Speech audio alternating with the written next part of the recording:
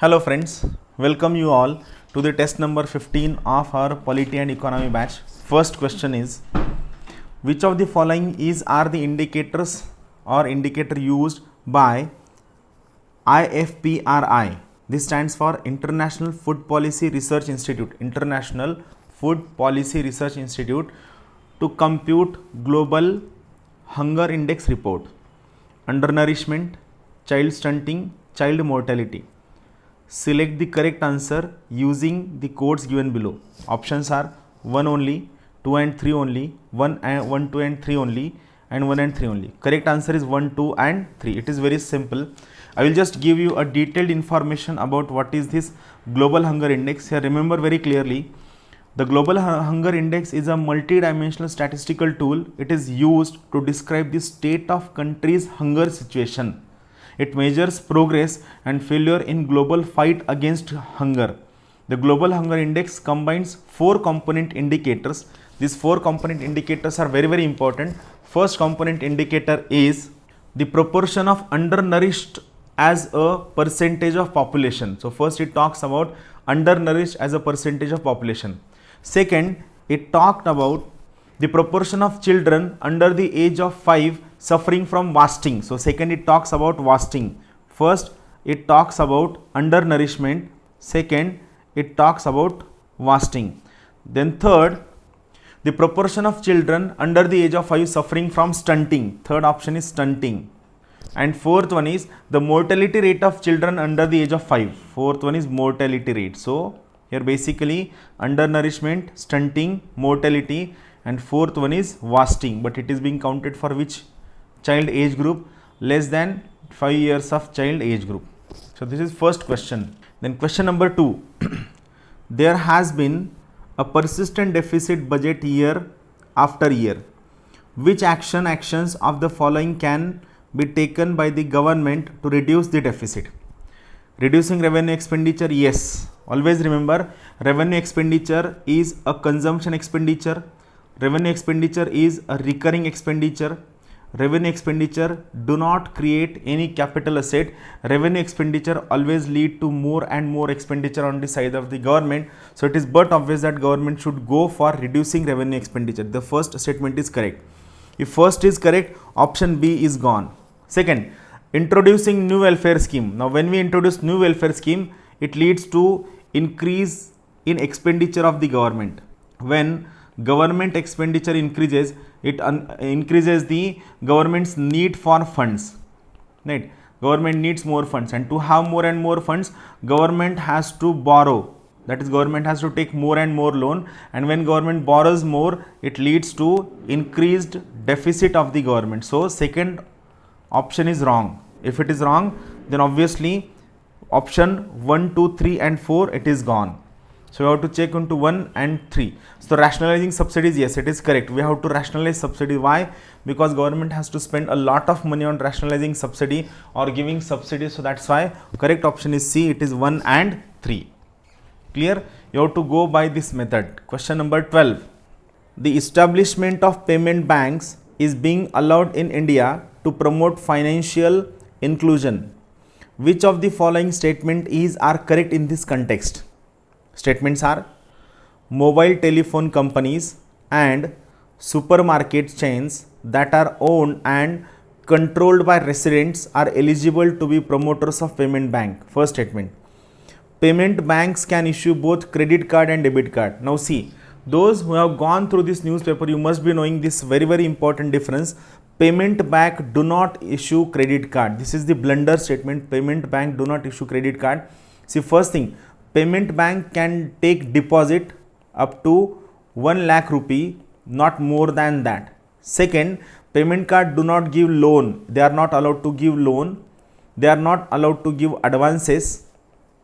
And third, they are not allowed to issue credit cards. They can issue debit cards, but they cannot issue credit card. So if this is the clear, second statement is wrong, they can issue both. So if second is wrong, A option is gone, C option is gone, D option is gone. Your correct answer is 1 and 3 and it is correct answer. First, payment banks cannot undertake lending activities. So this is correct, right? Now I will just give you some additional information about payment bank. See, whenever Reserve Bank of India gives license, RBI gives license of two types. RBI's banking license, one is universal license, second is differentiated license. Under universal license, a bank is allowed to take all 100% banking activities without any restriction, whereas differentiated license is given to few banking activities where you are not allowed to take all banking activities. Here payment banks are given this differentiated license where they are allowed to take deposits, but they are not allowed to take any kind of loan or activities. Here remember, payment banks are a new model of banks conceptualized by the RBI. These banks can accept a restricted deposit which is currently limited to 1 lakh rupees per customer account. These banks cannot issue loans and credit cards, but the banks can issue services like ATM cards, debit cards, online banking and mobile banking. Now, who are eligible promoters of a payment bank? This is one of the key point which have many questions in UPSC prelims.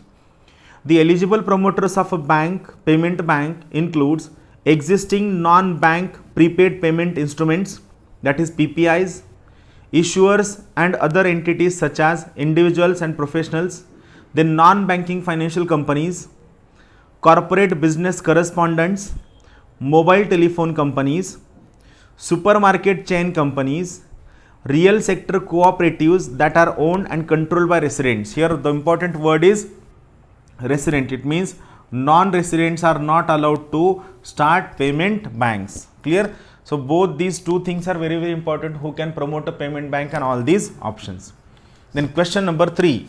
Which one of the following is a purpose of Uday scheme of the government?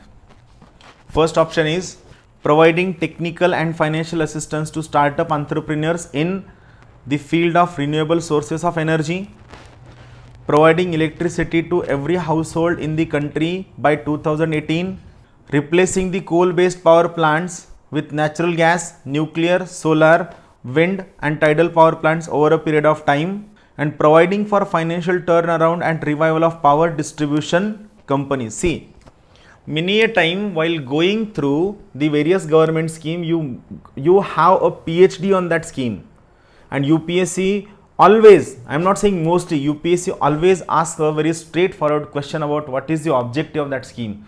So my dear friends, those who are appearing for UPSC prelims in second, third or fourth attempt, if still you are having a PhD on government scheme, then you are on a wrong track. Always remember what kind of questions are asked in UPSC prelims holds the key for clearing UPSC. Here correct answer is D. I will give you detailed information about Uday scheme. Here remember, the full form of Uday scheme is Ujjwal Discom. Discom stands for distribution companies. Ujjwal Discom Assurance Yojana, that is Uday. It is the financial turnaround and revival package given for electricity distribution companies of India. This particular scheme is initiated by Government of India. Its main aim is to find a permanent solution to the financial mess that is being suffered by power distribution companies. Now, this particular scheme, Uday scheme, it has 4 important initiatives. Listen very carefully. First is improving operational efficiencies of discoms. I won't write the thing, it will take more time. First is improving operational efficiencies of distribution companies. Second, reduction of cost of power. Third, reduction in interest cost of distribution companies. And fourth one is enforcing financial discipline on distribution companies through alignment with state finances. Now, this particular Uday scheme, it allows state government which owns distribution companies to take over 75% of their debt as of September 30, 2015 and pay back lenders by selling bonds. It means state government should issue various bonds and distribution companies are expected to issue bonds for the remaining 25% of their debt. Clear? So, this is very straightforward scheme and you have got this question which is a plain question. Then question number 15. With reference to IFC Masala bonds sometimes seen in the news, which of the statement given above below is are correct? The International Finance Corporation which offers these bonds is an arm of World Bank. Very true statement. We have heard about IFC. What is IFC? IFC is an arm of World Bank, and the most important function of IFC is to promote private investment in various developing countries. So first statement is correct. Second, they are rupee denominated bonds and are a source of debt financing for public and private sector. So second statement is also correct. I will just give you some additional information about these masala bonds. Remember, first thing, what are bonds? So here remember, bond is a debt instrument. Debt instrument means where through which you can raise loan. Bond is a debt instrument. Here remember, bonds are instruments of debt which are typically used for corporate, that is companies, to raise money from investors.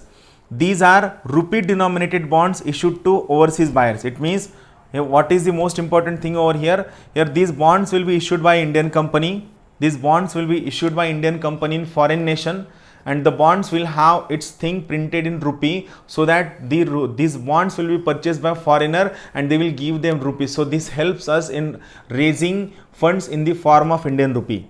Here remember, masala bonds are the bonds issued outside India, but they are denominated in Indian rupees rather than the local currency of that foreign nation.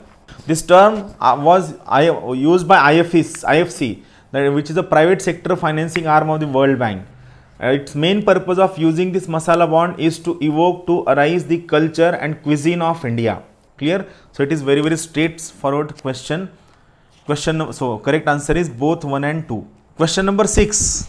In the context of which of the following do you sometimes find the term amber box, blue box and green box in the news? It is a perennial question of UPSC, and UPSC do not go beyond this question. They do not ask you what are types of subsidies. Basically they just give you this kind of question, and the correct answer is World Trade Organization. All these are subsidies given under Agreement of Agriculture of the World Trade Organization.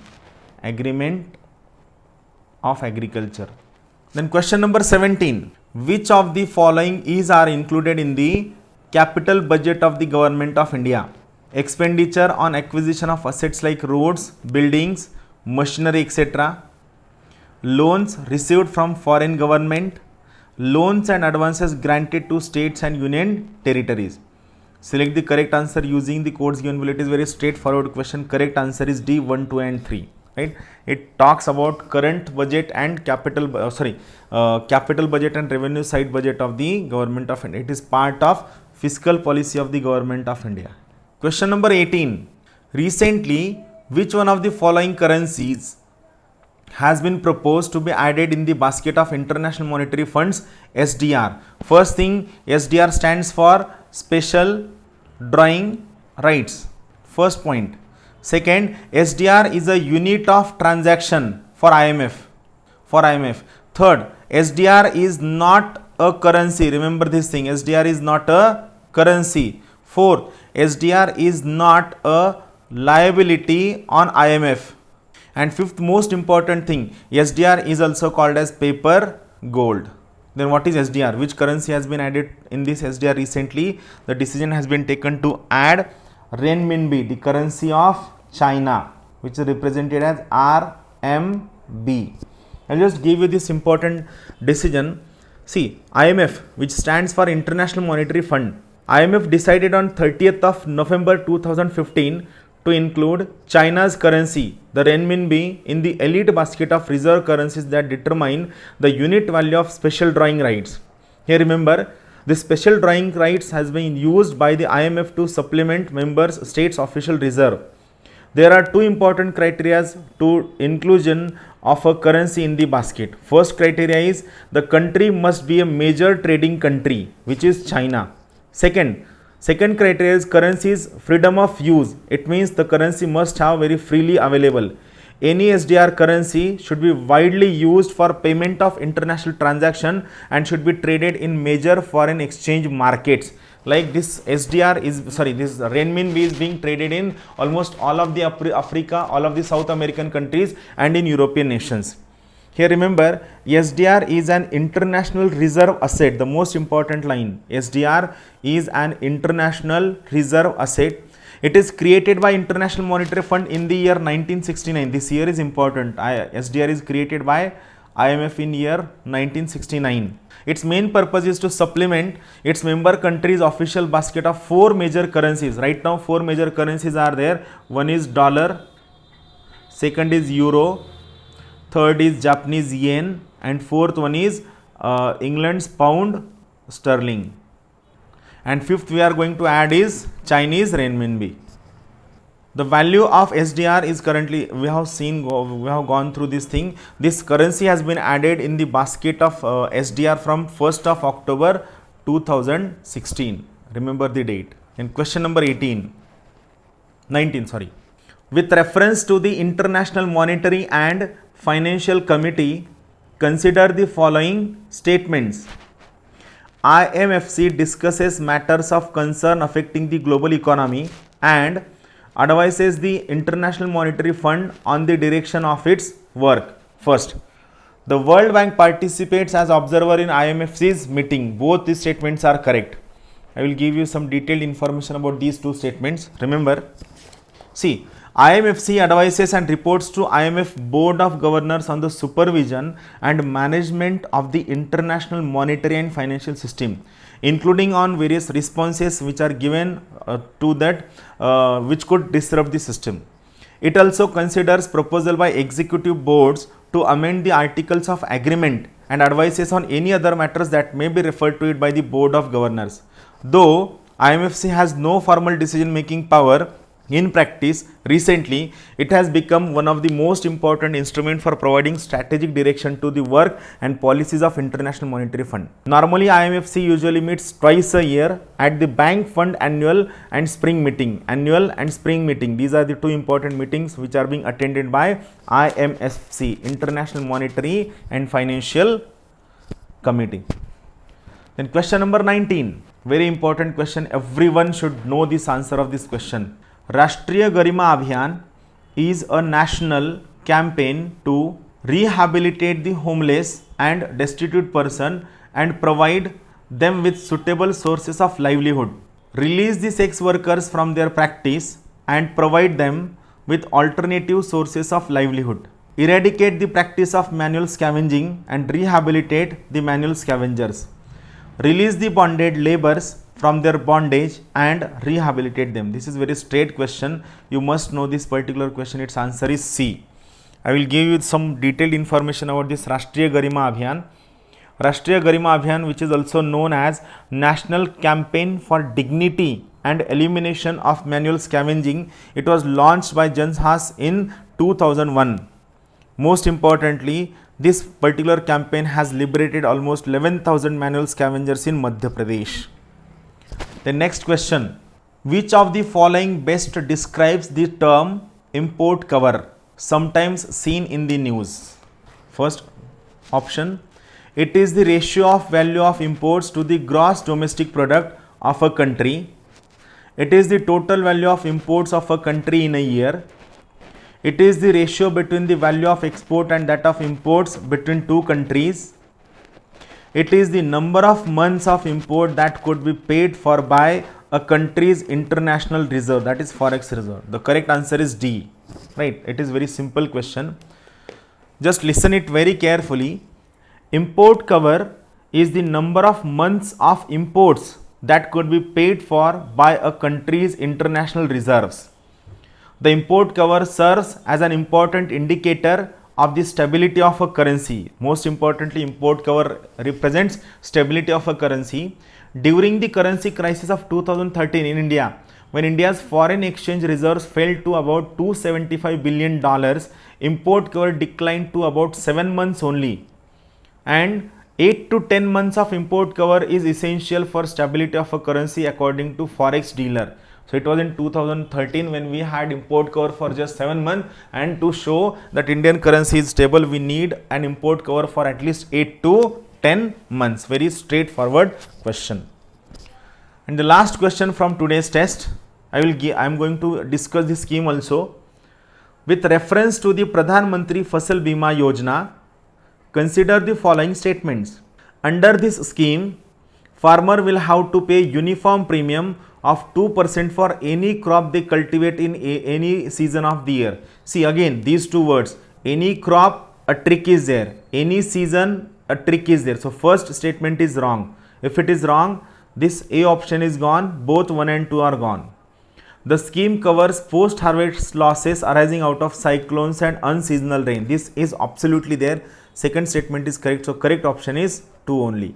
Now, what the Pradhan Mantri Fasal Bima Yojana says, see, Pradhan Mantri Fasal Bima Yojana, it is the new crop damage insurance scheme. Remember, crop damage insurance scheme that has been approved by Union Cabinet in January 2016.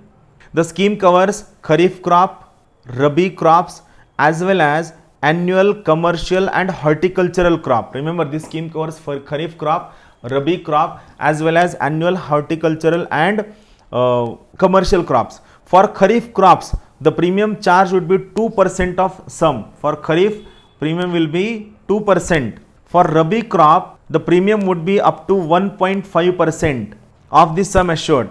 And for annual commercial and horticultural crop,